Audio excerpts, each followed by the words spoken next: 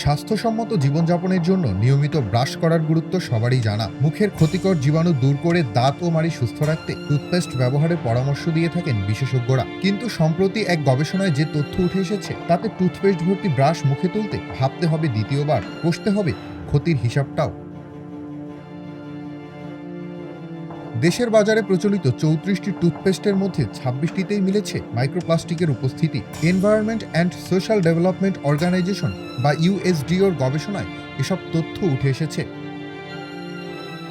ওই গবেষণায় পরীক্ষা করা টুথপেস্টের ৭৬.৫০%ই মাইক্রোপ্লাস্টিকের উপস্থিতি পাওয়া গেছে। প্রতি ১০০ গ্রাম টুথপেস্টে পাওয়া গেছে ২০ থেকে ৩২০টি কণা। এসব কণা দাঁত মাজার সময় শরীরে প্রবেশের আশঙ্কা থাকে।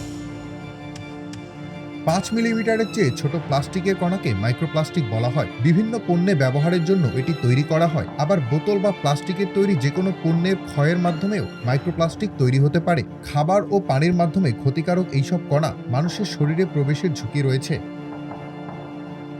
মাইক্রোপ্লাস্টিক হজম, শ্বাস-প্রশ্বাস, হরমোন ও রোগ প্রতিরোধ ব্যবস্থার উপর নেতিবাচক প্রভাব ফেলতে পারে। রক্তনালীতে এ সকল কণার উপস্থিতি থাকলে হার্ট অ্যাটাক, স্ট্রোক বা মৃত্যু ঝুঁকি বেড়ে যায় বলে আশঙ্কা করা হয়।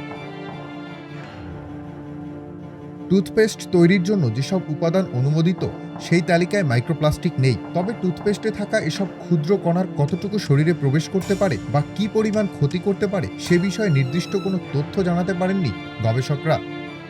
ডেস্ক রিপোর্ট, আজকের পত্রিকা।